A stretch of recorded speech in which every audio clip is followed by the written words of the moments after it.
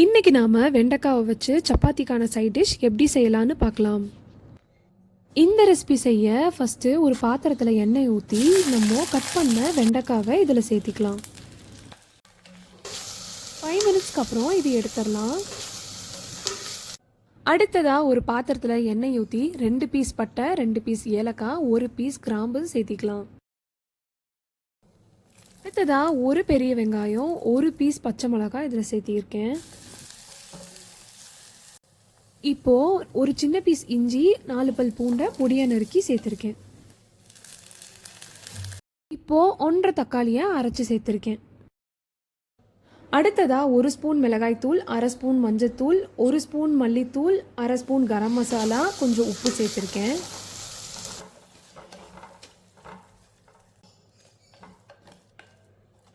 இப்போது இது நல்லா கலந்துட்டு கொஞ்சம் தண்ணி சேர்த்துக்கலாம்.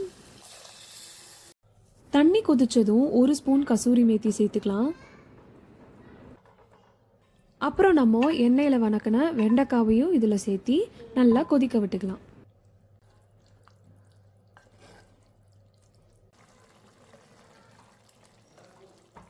இப்போ ஃபைனலாக 1 கப் தேங்காய் பால் சேர்த்தி கொஞ்சம் மல்லித்தலையும் சேர்த்துக்கலாம்.